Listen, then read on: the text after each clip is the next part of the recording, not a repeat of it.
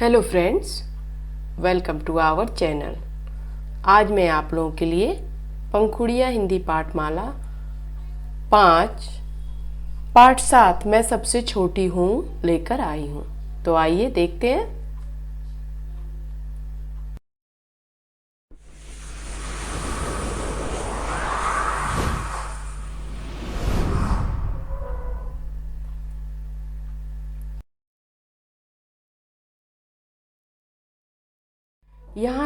यह एक कविता है और इस कविता में माँ अपने बेटी के साथ बात करती है और बेटी अपने माँ के साथ बात करती है।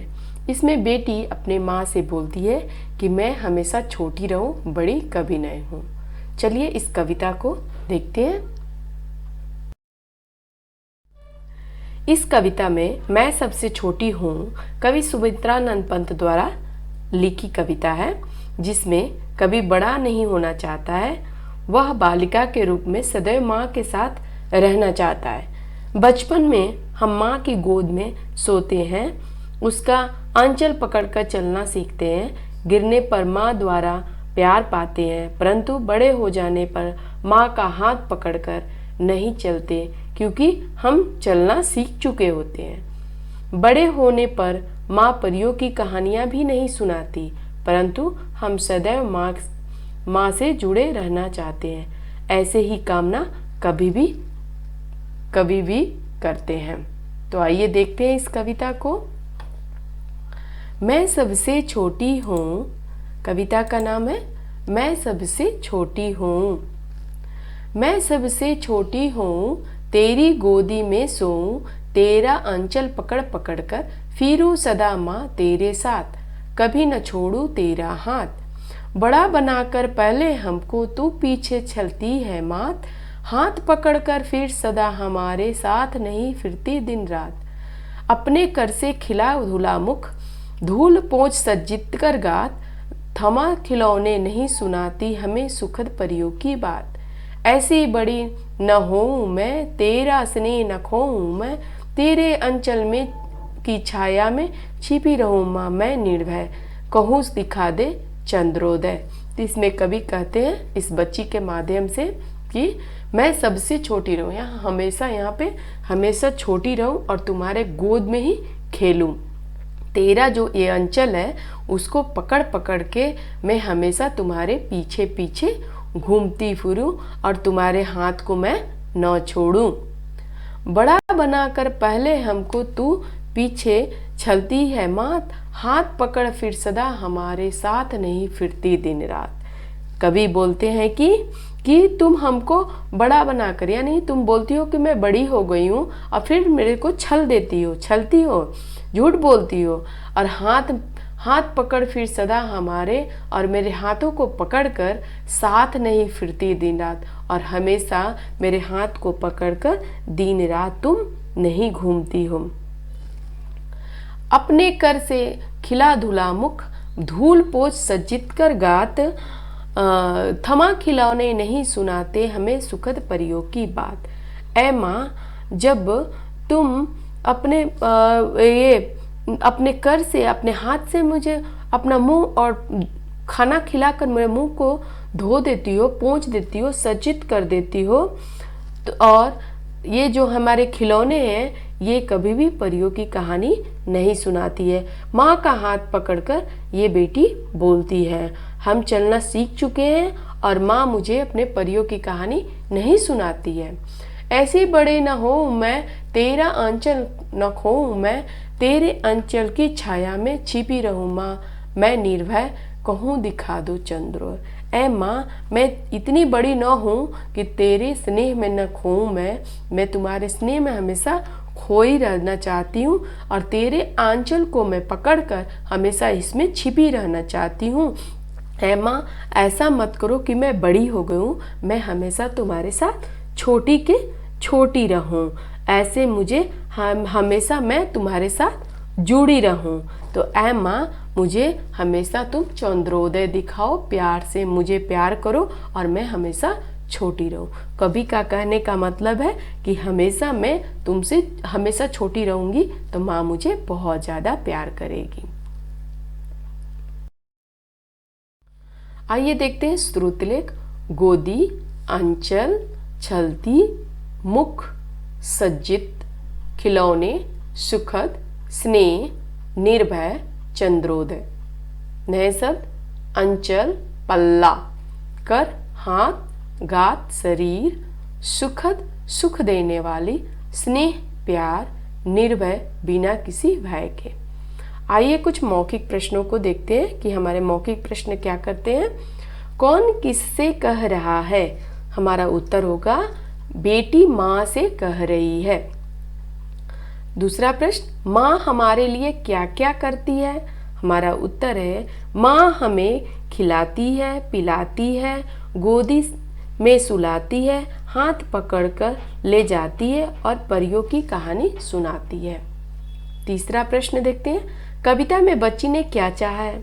कविता में बच्ची चाहती है कि वह कभी बड़ी न हो, क्योंकि बड़ी हो जाने पर उसे माँ के आंचल की छाया नहीं मिलेगी और उसका स्नेह भी नहीं मिलेगा। आइए देखते हैं लिखित प्रश्न कि लिखित प्रश्न हमारा क्या कहता है। किसका आंचल पकड़कर कौन फिरना चाहता है? हमारा उत्तर होगा माँ का आंचल पकड़कर बेटी फिरना चाहती है। ख प्रश्न, बच्ची को क्यों लगता है कि जब वह बड़ी हो जाएगी तो माँ उसे कम प्यार करेगी?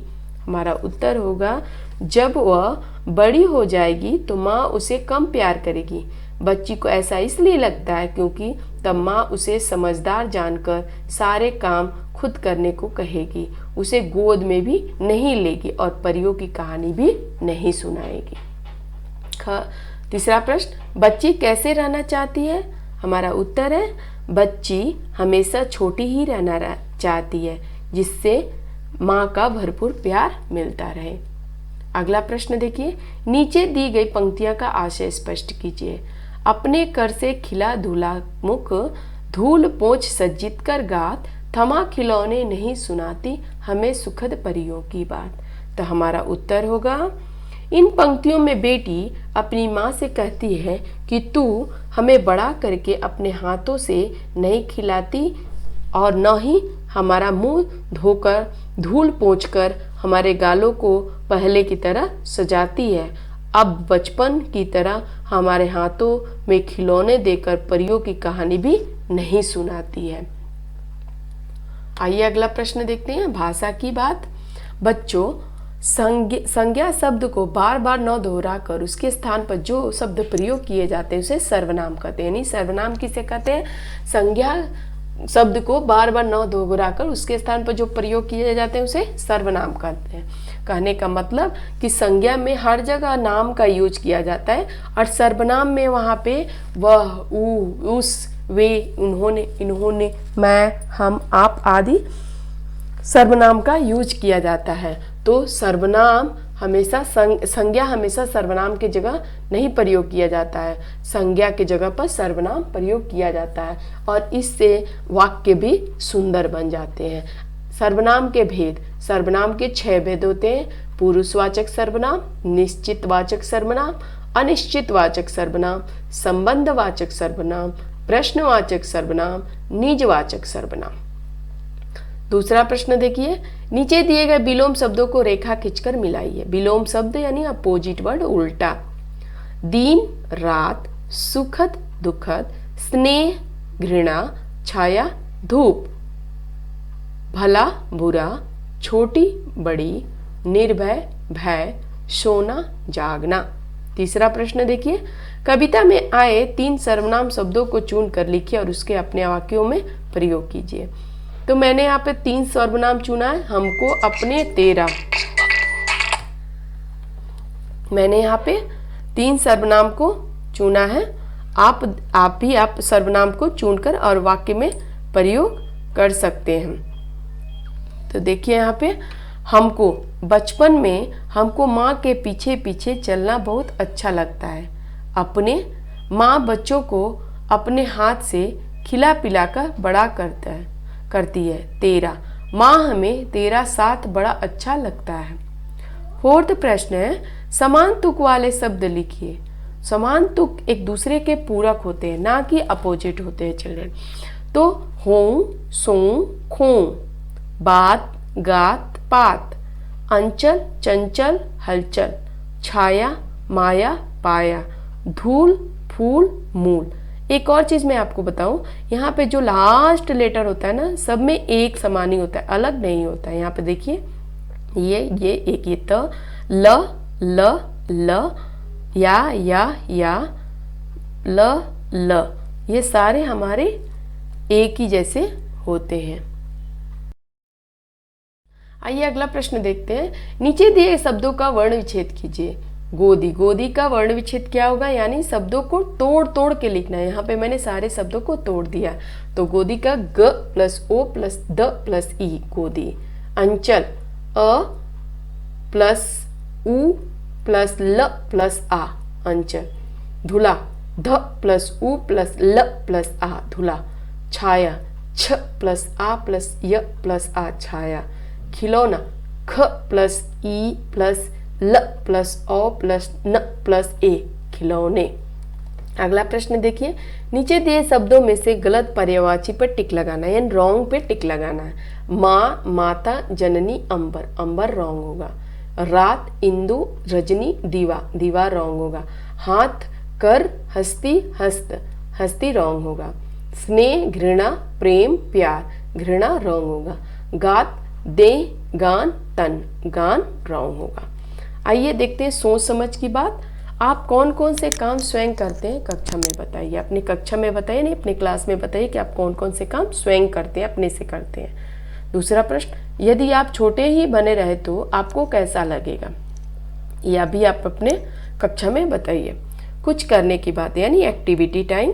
सुमित्रानंद पंत की इस पंक्ति कविता से मिलती जुलती सुभद्रा कुमारी चौहान की एक कविता मेरा नया बचपन है, इस कविता को चार्ट पेपर में लिखिए, यानी एक चार्ट पेपर में इसका सुभद्रा कुमारी चौहान का एक पिक्चर पेस्ट करना है और मेरा नया बचपन यह कविता को एक चार्ट पेपर में लिखना है। इस तरह आप एक प्रोजेक्ट को तैयार करिए। दूसरा प्रश्न है, कविता को पढ़कर जो चित्र आपके मन में उभरे उसे अपने पुस्तिका में लिखिए, यानी आपने जो कविता पढ़ा है उससे आपके मन में क्या क्या विचार उत्पन्न हो रहे हैं उसको अपने नोटबुक में यानी क्लास वर्क में लिखना है। इस तरह यह कविता है। तो बच्चों, आपको यह कविता कैसी लगी मुझे कमेंट करके जरूर बताइएगा। ये देखिए यहाँ पे मैंने आपका क्लास वर्क नोट्स मैंने यहाँ पे दे दिया है, आप इस नोट्स को कंप्लीट कर लीजिए। यहाँ पे मौखिक प्रश्न है और यहाँ पे मौखिक का उत्तर है, आंसर है, यहाँ पे लिखित प्रश्न है और यहाँ पे लिखित का आंसर है। तो आप अपने नोट्स को कंप्लीट कर दीजिए। और आज का प्रश्न है, कौन किससे कह रहा है। यस जी, आज का प्रश्न है कौन किससे कह रहा है। इसका उत्तर आप कमेंट बॉक्स में लिखकर जरूर भेजिए और बताइए कि इस प्रश्न का उत्तर क्या होगा। मैं आपके प्रश्न का उत्तर का इंतजार करूंगी। Thanks for watching my video. अगर आपको मेरी वीडियो पसंद आए तो प्लीज़ लाइक, सब्सक्राइब, शेयर करना बिल्कुल ही ना भूलें। Stay home, stay safe.